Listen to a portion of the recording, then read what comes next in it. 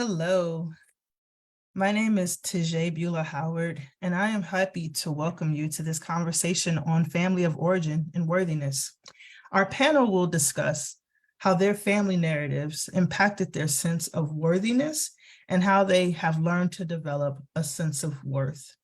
But before we get to the panel, I'm going to define our key term for the night. When I or we say family of origin, we are borrowing from therapists like Abby Lombardo, who defines a family of origin as the primary caretakers an individual had growing up. Those primary caretakers can be related to an individual through genetics or through adoptive, foster, or any other type of guardianship or caregiver relationship. Families of origin significantly influence our identities and our emotional and spiritual journeys because we derive meaning from how our early caregivers interacted with us. We learn if we are valuable or special, or if we aren't valuable or special from our early caregivers.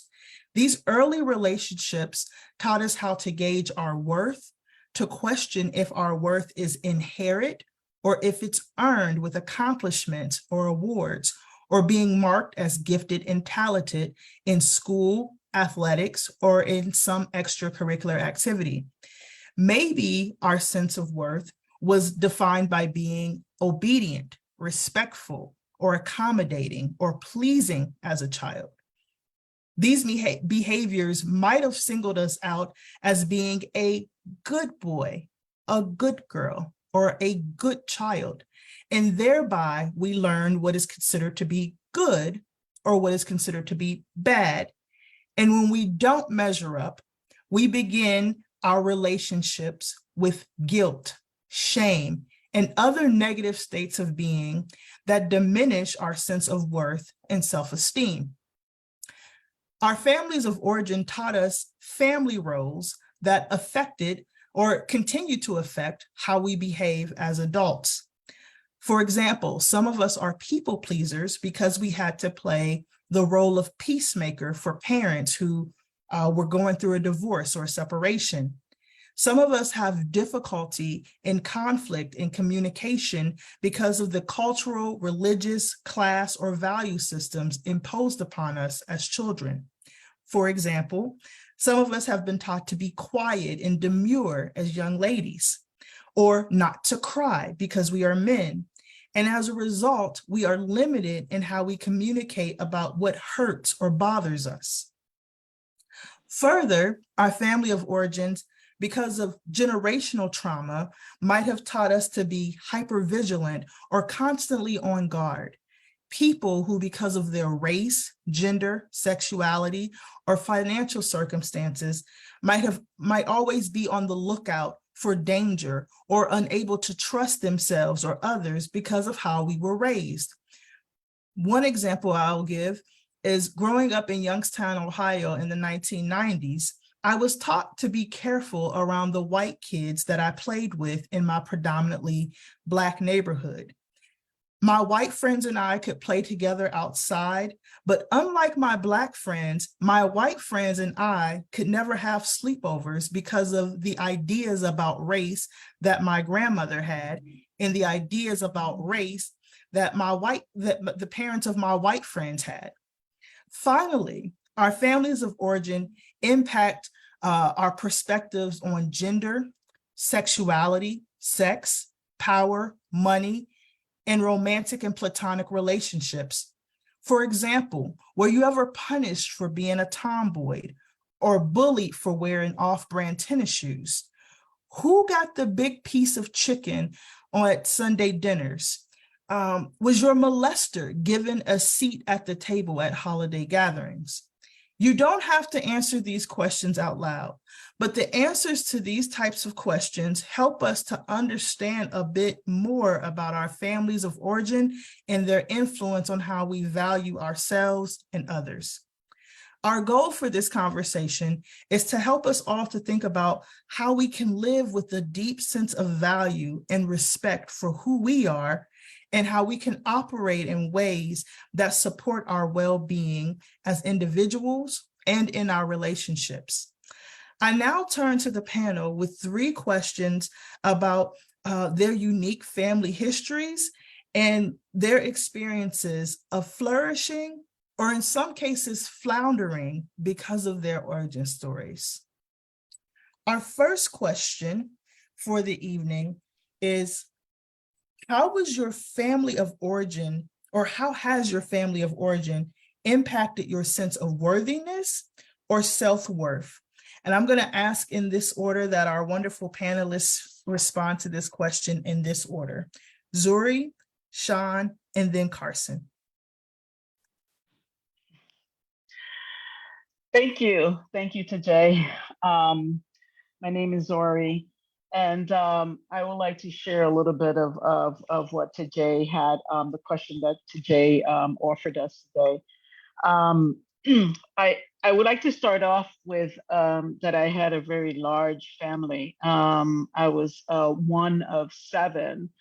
So, my parent, like by the time they got to me, I don't know, you know what I mean? I don't know if it was the same parents that my older sister knew compared to me, but I think that had something to do with it, having so many children.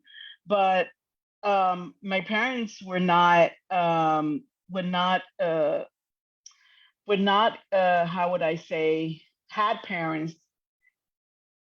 Well, first of all, my mother's mother, pretty much passed when she was a child, and my father's, he never went to school because he had to be the adult in the house early on, so they didn't know anything about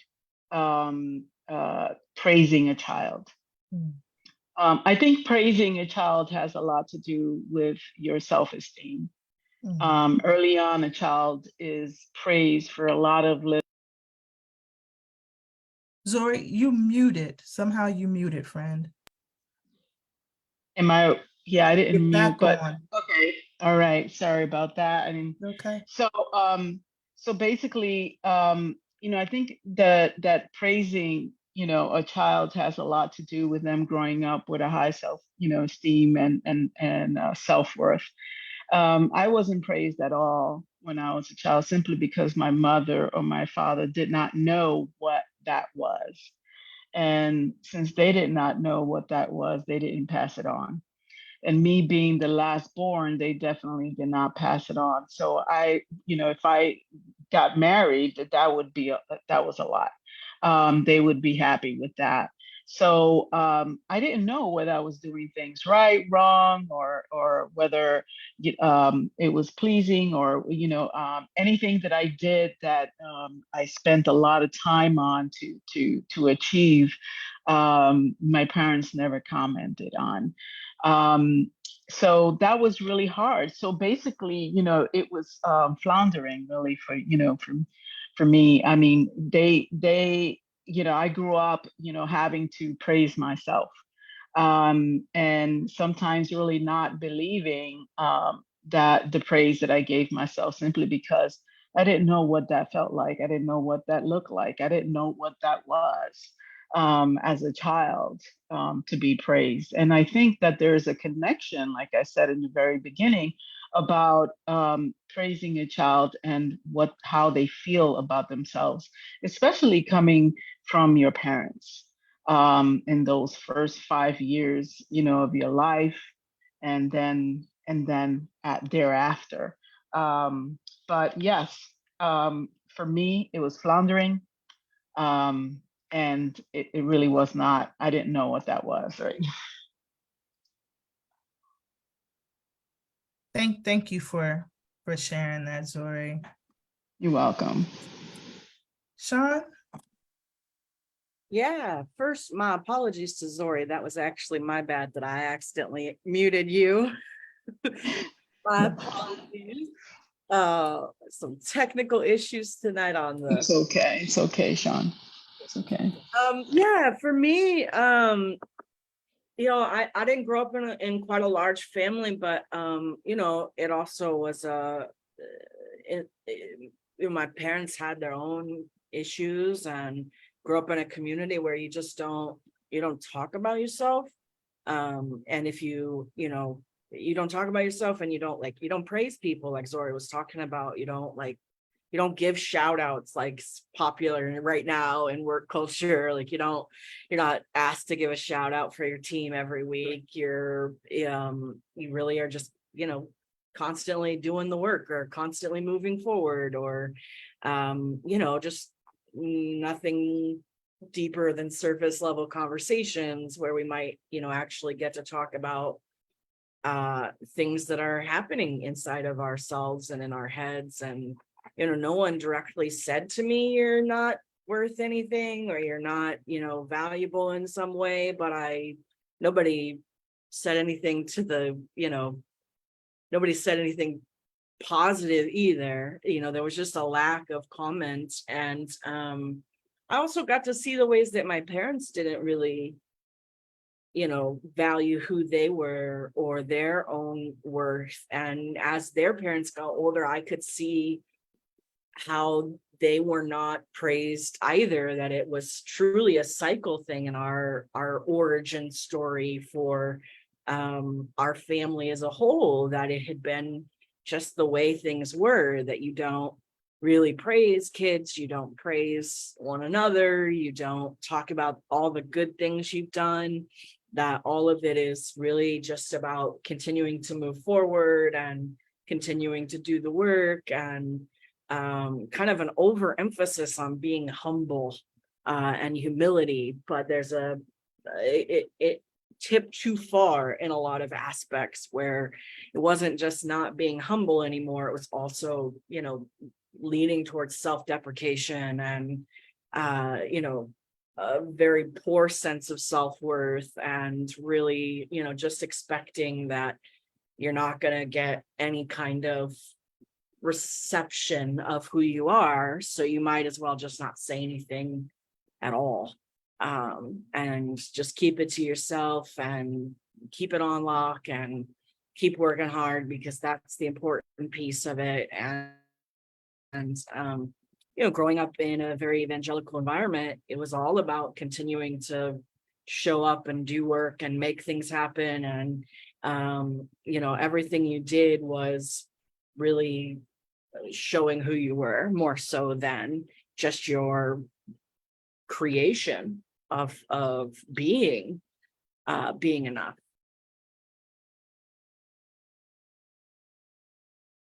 Thank you, Sean. I just want to note this theme of praise given, the lack of praise, as well as being something, and also something that I heard in the two responses, is acknowledging or realizing the extent to which our parents could not praise because their parents could not praise. And so there's this kind of that link to that generational trauma that comes in as we evolve in this work, knowing that we're breaking cycles.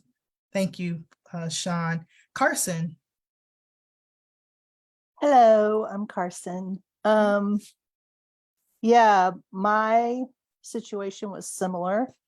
My father, when he was around, was constantly just telling us what we were doing wrong, and that seemed to be especially me.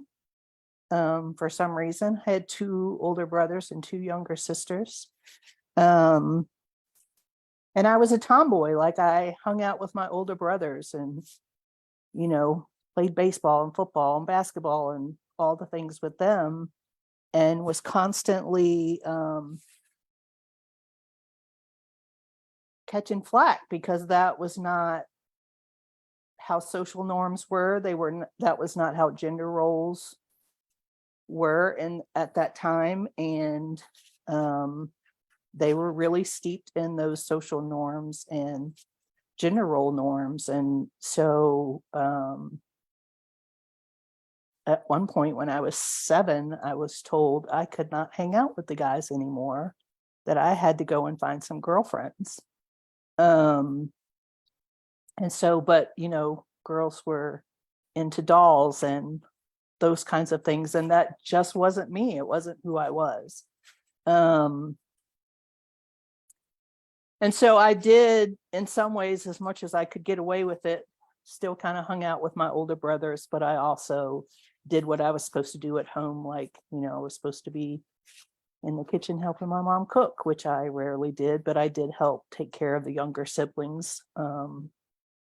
And I was just always catching flack for who I chose to hang out with.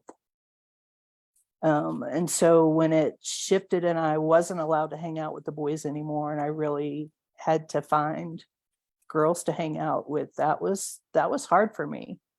And it made me really start to think that there was something inherently wrong with me. That the way I moved in the world and decisions I made about friends or what I wanted to do just was not okay. And so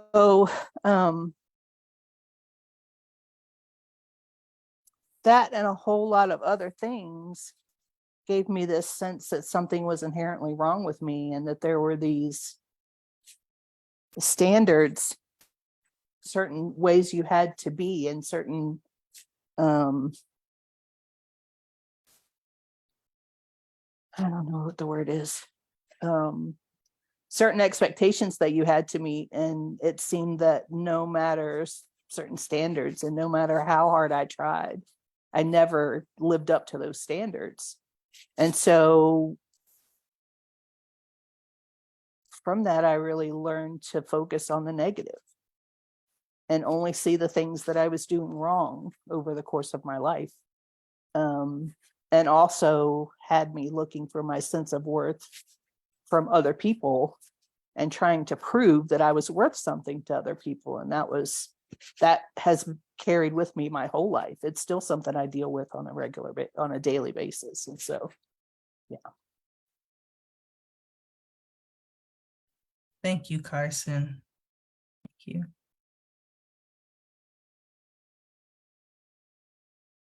Kind of hesitant to move on to the next question. I know in panel discussions you run from question to question, but really just wanting to give space to the heaviness that your answers have provided, and just realizing that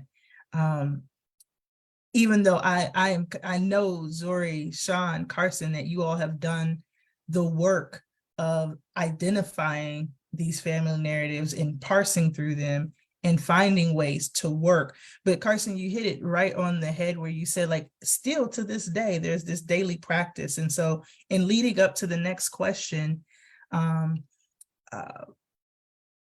very curious about your journeys towards developing a sense of worth when it's something that it doesn't sound like was modeled very well for you in your families, in your childhood. So what are some of the ways that your sense of worthiness helped or hindered you from thriving or flourishing? But I kind of want to just rephrase that. Like, we're going to answer that question, but also really thinking about the work that you all do now. How'd you learn self-worth? How was it modeled for you? And then how has it helped you to flourish and to thrive? I think we already kind of hit on some of the ways it has hindered you, but the second question helps us to think about, how'd you come out? And that can be a double entendre in terms of how'd you come out. But we'll start with Carrie, Zuri, and then Sean. How did you learn your sense of worthiness? How did you come out of these particular narratives from your childhood? So my family of origin was shaped by our religion and by racism in the society. And so I can't leave the theologizing and the racializing of my family experience out of the conversation. The hindering and flourishing is a both and for me, because it was an experience of both. There was, in my home, there was praise, but there was also the message, especially from our church and from the society, that you still won't be good enough. So I got lots of encouragement to strive and achieve and do my best. I got lots of praise for being a really good child, because I was a good kid. I was one of those nice kids. But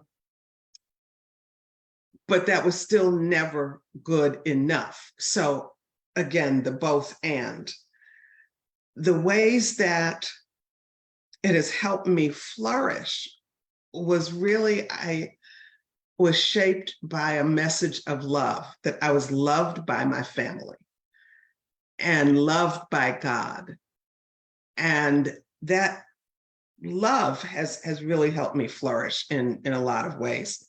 But then there was all the ways that, so there was the teetering and the teeter-totter on, I'm really great, but I'm not great enough. But then there was also the, I'm great, but if they, and again, they, especially in a very racialized society, if they see how great I am, I'm going to get hurt. I'm going to be penalized. I've always been a questioner and an explorer, an emotional and spiritual, not just seeker, but explorer. And that has really set the stage for the flourishing in my life. I keep seeking.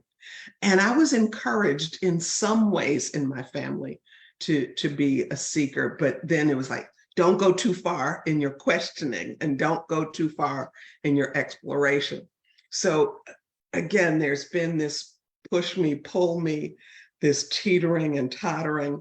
And so I've seen that happen in my life. And one of the things that really began changing that for me is to focus on the love. I knew I was loved.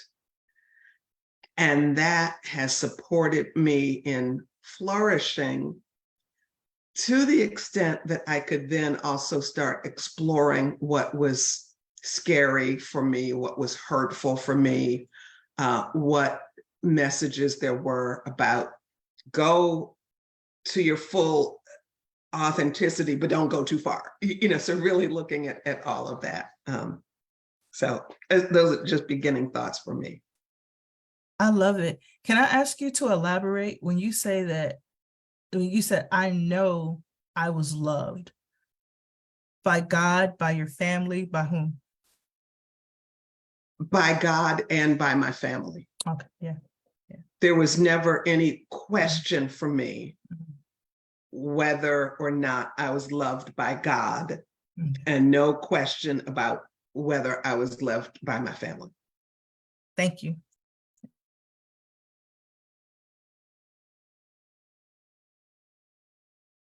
Zori, do you need me to restate the question? Are you good? You're on mute. No, I don't need you to read. Thank you. Okay.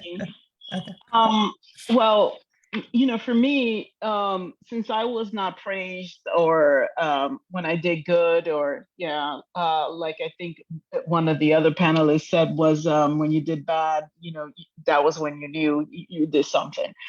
But it was always on the wrong side. But so for me, I started getting encouragement from other people, right? Like certain teachers, teachers that went out of their way to like really let me know and praise me, really let me know that I was really doing something very positive, and that I was, and they were praise me, encourage me, and that was how it started, and I started to realize, oh, that's what praise feels like, but it wasn't that it did it all, right? I mean, I still had this thing that since I didn't get it from my parents, you know, there was this thing that I knew that I had to believe in myself. So when I get encouraged from other people, praise from other people, I know for a fact that it lasted probably, you know, if 2 or 3 days, and then I was back to feeling the way I was feeling in the past. You know, I knew that there was something deeper that I had to, you know, work through in order for me to be able to flourish. For example, you know, one for me, I'm a spiritual person. I've always been a spiritual seeker. I knew that I was always loved by spirit. I love my ancestors, and you know, I've grew up with you know, loving my ancestors and really praising them for the things that they have done so that my path would be easier. So my spiritual path, I believe, has been one of those ways in which has helped me to look into myself and say, who am I? Like really, like who am I? And to learn that that I am this person to be loved, you know, and to be praised and to be honored, and that I had a place in this world. And that came within a process. It didn't just come like, you know, overnight or anything. But what had me pushing myself was like, you know, whether I went to therapy to talk about, you know, why was it that, you know, because I didn't grow up saying, well, my parents didn't get praise, so, you know, I understand why they didn't praise me, and so forth and so forth. But I learned, you know, to really look at that. I learned to understand that, and so therapy was one of those avenues that kind of helped me through that, and also through my spiritual growth, it's also helped me question, you know, like um, uh, uh, you have to love yourself in order to get to that space. You have to agree with yourself. You have to be in alignment, you know, energetically with yourself and say, you are deserving. You didn't hear it from your parents, but the next best thing is hearing it from you, that you love yourself. So it was like a mantra, you know, something that I've learned to use also every single day, you know, whether it was going up in the mirror and telling myself, you know, I love you for all that you do and for the progress that you're doing in life. I don't expect you to be perfect, you know, but those, you know, I developed mantras as well in order for me to practice that and to understand that, you know, this is not something that was going to happen overnight, because it was something that I lacked in receiving as a child. And so that I'm not expected to replace that, you know, so easily.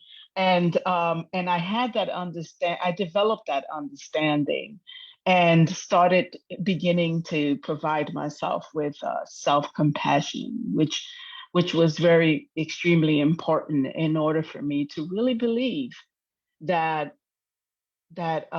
when I say something to myself, that I really really meant it. Is by providing yourself with that self-compassion, regardless of the history and the past and the traumas that I've experienced in the past, that also was laid over, you know, the lack of praising. Um, that self-compassion, when I started doing that, things really changed. So yeah, that's when I started flourishing, is when I started, you know, when spirit, you know, when my ancestors started pointing the direction to me, you know, stop seeking elsewhere for other people to praise you, but now why don't you praise yourself and see what that feels like? Yeah. Oh, Zori, I love all of that, because you Yeah. landed with this intentional self-growth, or an intentional spiritual growth. But then Mhm. you started out with, you know, learning how to receive from other people. So from other workers, I'm imagining teachers or extended family members, so other people outside of that family of origin. And then you talked about therapy, right? So you really walked us through some really great tools. So thank you for that, for helping us to You're welcome. identify tools for how to do that. Thank you. You're And welcome. Sean, you also get a chance to take a stab at question number 2. Yeah, thank you. Mhm. I mean, I was actually just thinking that if you'd have asked me last week, what has helped you thrive or flourish, I probably would have told you I don't know about thriving. Who's thriving? Probably not me. It's a very ongoing, you know, uh, struggle in a lot of ways, trying to kind of figure it all out and put it all together. And couple of tools that have helped for me have been, you know, I was blessed enough to have a community that was willing to love me till I could love myself. And I look at Carson because she was a big part of that community as well, and probably one of the first people that ever said that to me. That I'll hold this space till you figure it out. And therapy was a huge help for me too, and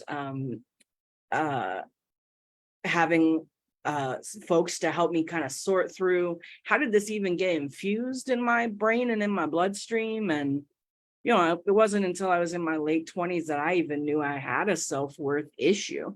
I had just kind of gone along for most of my life, just this is how it is what it is, we're going to keep doing on what we do. And then I kind of got into a space where I could see, there's some tendency here to not feel like we're enough, or to work until there's nothing left to give, because we want to earn this thing that is just inherent to being alive.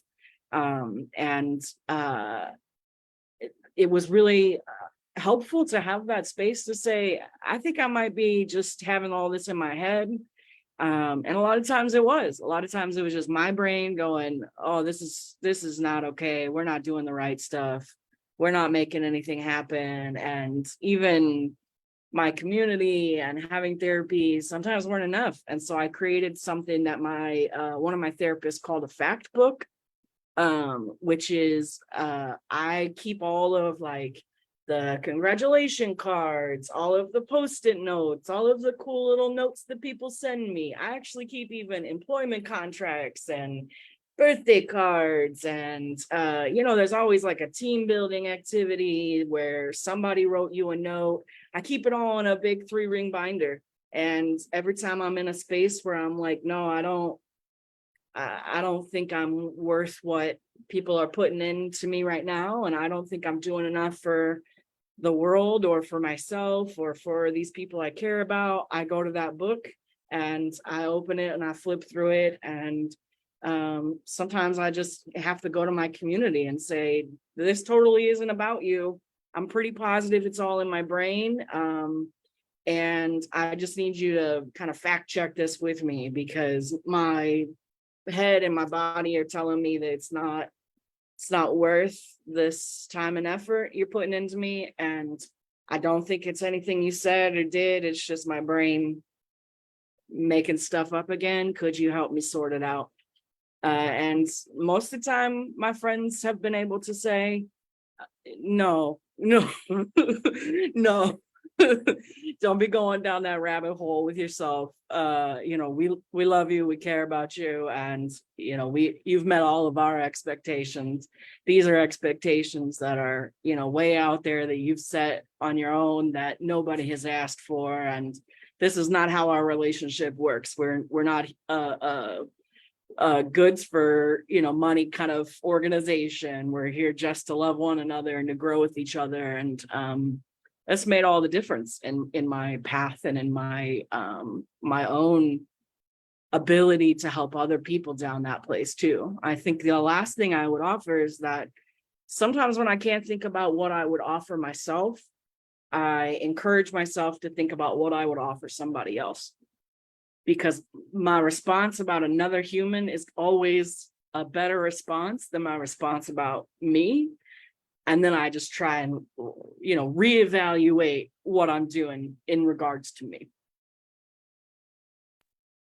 Yes. Sean, you better have an archive of your greatness. That is wonderful. Thank you for sharing that with us. That's a useful, valuable tool for all of us to think about.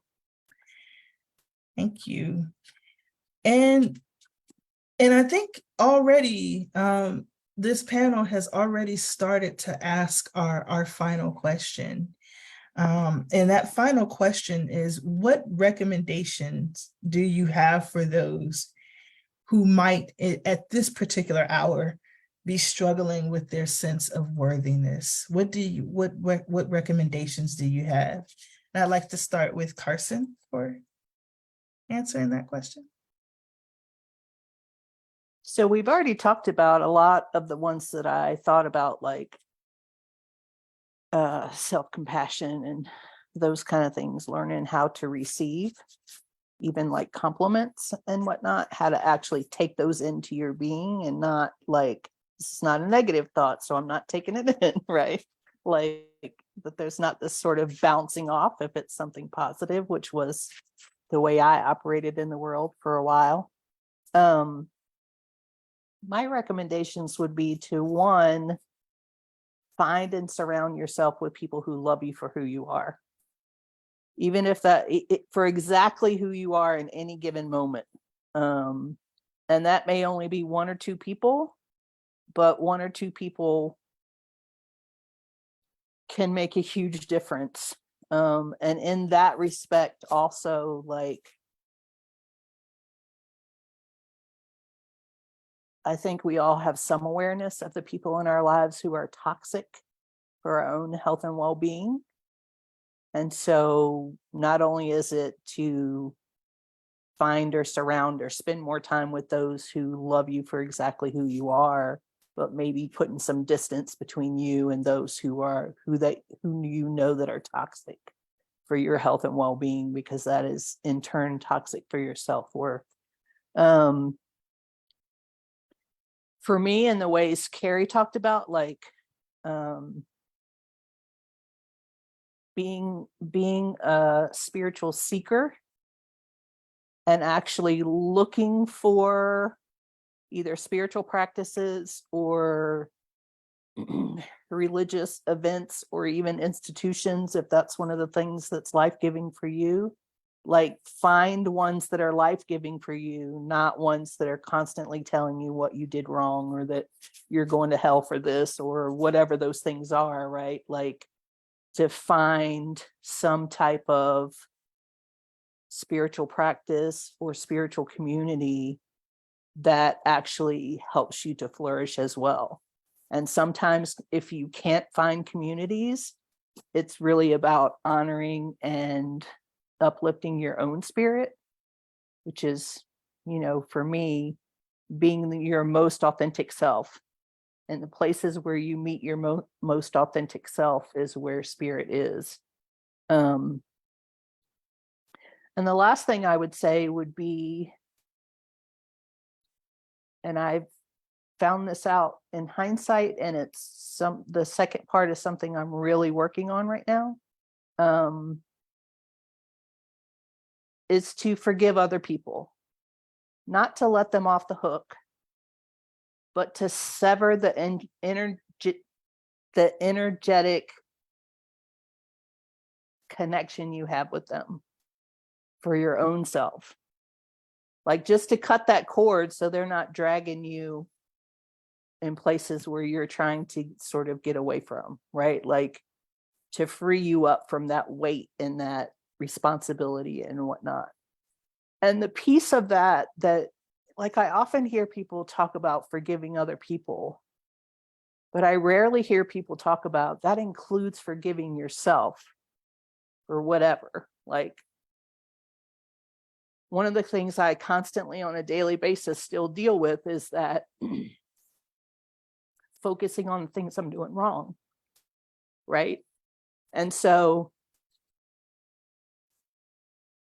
if I were to intentionally have a practice where I'm forgiving myself for the ways that I'm thinking of all these things I'm doing wrong, and, you know, not practicing that self-compassion and like beating up on myself, like forgiving myself for not knowing any better.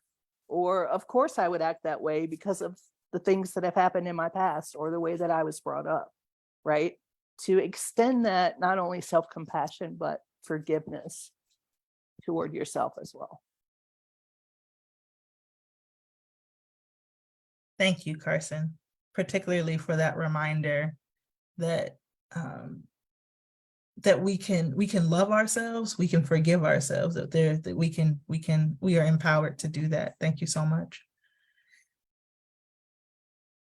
Carrie and then Zori.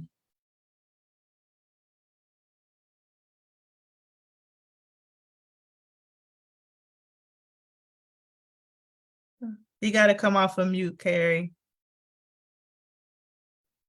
So many things come to mind, but I'll share these few. One is I praise myself about the smallest of things I do. The way, and I think it was you, Sean, who talked about extending to yourself that which you would extend to others. So just as little children are often, not always, but often praised for really small things, to do that. And often what I will do with little things, then I'll say, go Carrie, go Carrie. So it's also about getting it in my body. It's not just, oh, you did a good job, but really doing some celebration and catching it when I start to hear myself put myself down and say, oh, you messed up. And I say, oh, and I change my voice very intentionally from, oh, you messed up to, oh, okay, so what am I going to learn from this? But really engaging in affirmation in ways that feel warm and loving and light. Angels can fly because they take themselves lightly. And so I switched my voice up for it to be something really light. Periodically, and Zori mentioned this earlier, I will look in the mirror and say, I love myself and accept myself just the way I am. The first time I attempted that, I couldn't do it at all. All I could do was cry because it wasn't my truth. And now I'm able to do that. And then I affirm, as again, talk about celebrating all various movement that I see. I celebrate now that I can do that, which at one point in my life I couldn't do.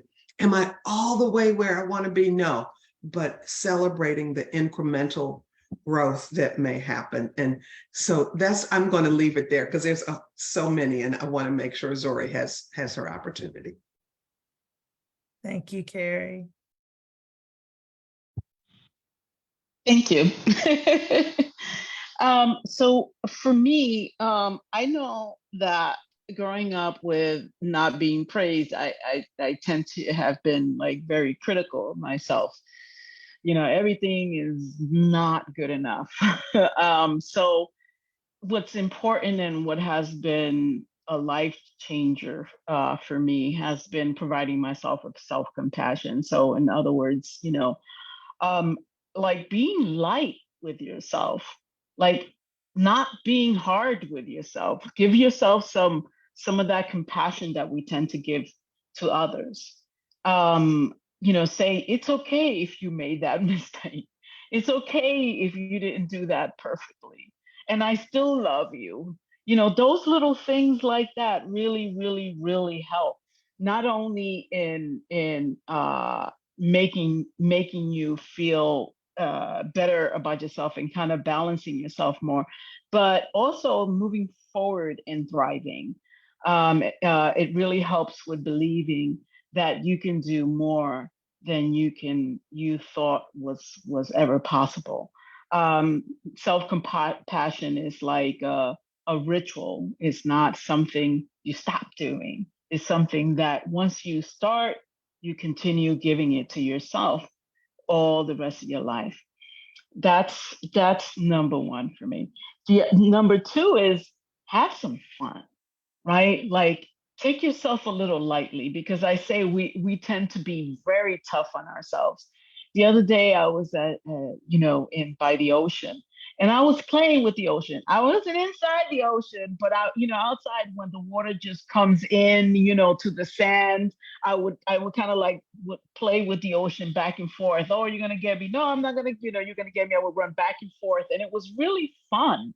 And during that fun time, there was no time to think about, whether you did things right or did things wrong. It's like, what else can you bring into your life that's a lot of fun? Things that could balance out the things, your memories. So just, getting, doing more fun stuff in your life. And doesn't necessarily mean that you have to have somebody else with you. Like I said, I did it with the ocean. It was a beautiful experience, and that was great. The other option that I would also suggest is, I don't, if your parents are with you, not everybody, right, knows. I mean, like I knew my parents were not praised by their parents because I asked those questions. I was in therapy, and we talked it out and we assessed. And, I went home and I had a conversation with my parents about that. Like, Mom, like, why is it that I don't have any memory of you telling me, how good I did something, or so forth and so forth. And it was a conversation, we had, and kind of like alleviated the situation somewhat. Some parents you're able to speak to, other parents you're not able to speak to. And sometimes you don't know what can come out of that conversation. So if they're still around, maybe asking if you don't know. Because I always believe, getting more information if you can, is always a good way to go as well. And I believe in, and so far what everyone else has been saying, all those other items I've done it too. And yeah, I say there's never enough things that you can do in order, for you to kind of help yourself. Just choose something. The whole thing is to start. If you haven't, just start with one at least. Don't get overwhelmed and say, I'm going to do this, and that, and then, just stop doing. Start with one, and move forward every day on a daily basis, like make it your ritual that just you do something like that so that you can help yourself feel better and thrive. Thank you, Zori. You're welcome. Wonderful way to round this out. Just start. Thank you for that push. I want to honor the fact that we've had some participants here with us on YouTube, on the Zoom call, and on Facebook Live. And this panel, I came with questions, but you also all have been able to hear the responses from the panelists. And we just invite you at this time to also ask our wonderful panelists questions on this topic.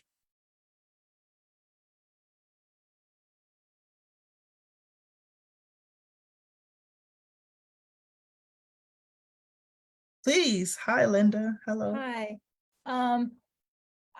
A question has to do with, I was thinking about my own family background. And one of the things that came up with me was fear, that I was taught to fear the world, that it's evil, especially against people of color. We're trying, and I'm just, question is, do you have any advice as to how to turn that around, how to work on that. I don't know how else to say it. I know it's probably a big question, but I'd love to just hear what other people have to say. It's a big question, but it's a good question, Linda. So thank you for it. Anyone? Oh, yes, please. So I was, I received some energy work a week ago. And when this amazing woman, who incidentally is a native Hawaiian who's transplanted to where I was in Michigan.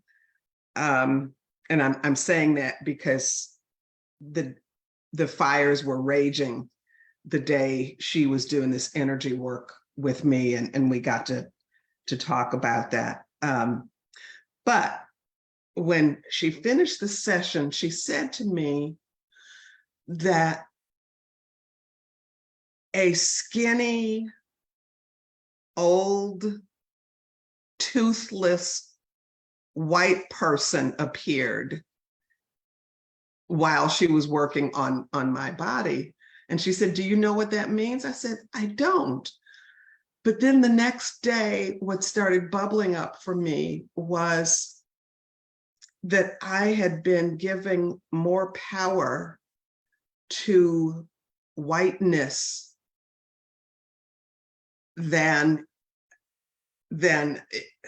was right for my life.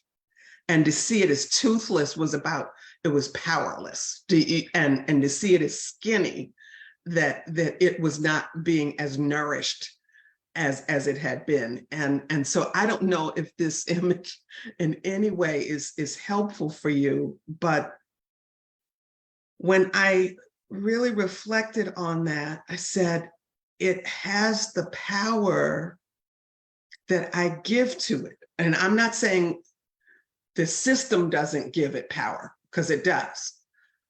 But for me to be sure that I don't add a power to it because of my fear, because of how I've been socialized to relate with a white supremacist society. System does what it does, and I will be vigilant about that, but making sure I don't add a power that the system does. And so whatever images, that's how it came to me that day: toothless and skinny and old, but not just old, it was frail. And so again, I don't know if that has any meaning for you, but that's something that was fostered a lot of reflection for me just this past week. Thank you.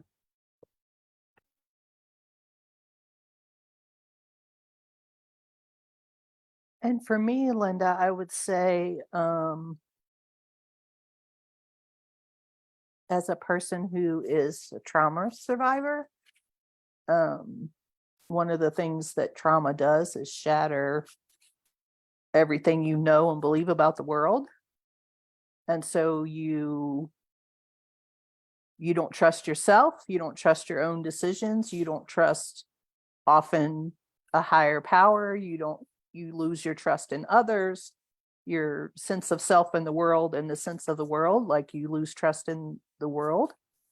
And so a piece of that is working to gain those levels of trust back, like learning how to trust yourself again, and learning how to trust a higher power, and learning how to trust others, and learning how to trust the world.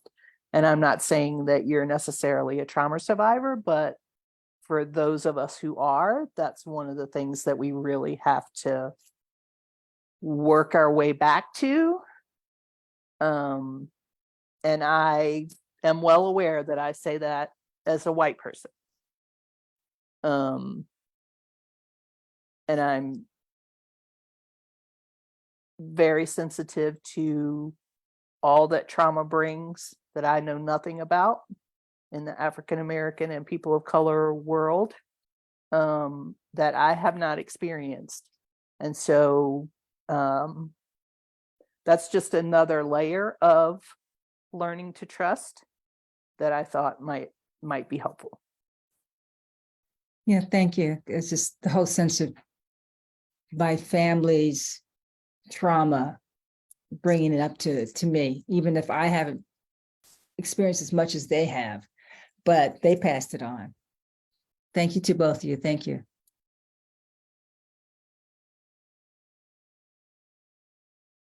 Thank you for that question, Linda, again.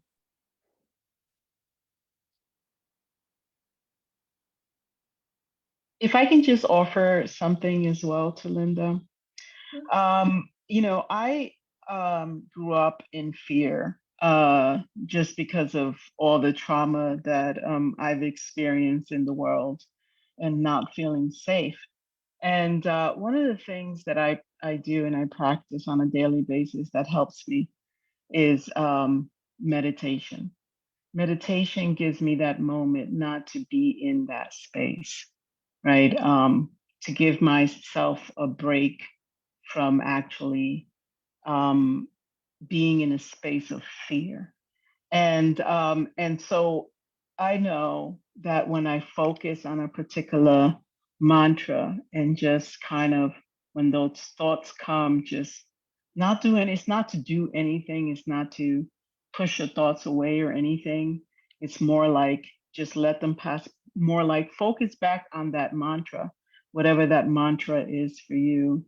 And to breathe during that time, because it's just giving your mind a break from from having to think of, or more like that being your mantra, instead of that allowing that to be your mantra, is to create another mantra that your mind can focus on to get you a little more grounded and feeling safe in the world. Thank you. Welcome.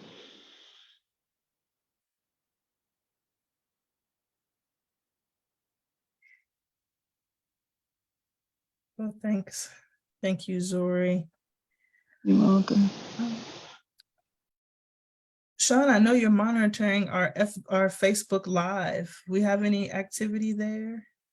We don't have any questions from our Facebook Live, Okay. but we'll just take a moment to tell our Facebook friends that if they do have questions and they aren't able to add them today, they can always leave us a comment. We're monitoring the comments on the post, and or they can reach out to Carson at drcarriejackson.com. Awesome. Thank you. And we'll make sure to put that in the description of the Facebook Live in case anybody needs it. Wonderful. Thank you, Sean. Well, I want to just extend so much love and light to our panelists. I thank you for bringing your full, authentic, vulnerable selves to these questions. And I just want to encourage us tonight that, we come away from this call that we are intentional about caring for ourselves. I know when we can sift through these very difficult memories, they bring up a lot of things. So I just encourage our panelists and our listeners to just take good care of yourselves after this call, to take some deep breaths, to drink some water, to do something that brings you joy, and to know that I speak for this panel and for this group a more excellent way, that we are sending you love and light, and we are sending you good energy to process what you've experienced here with us tonight. So thank you for tuning in. Thank you for being present. And we look forward to engaging more with you in the future. So thank you.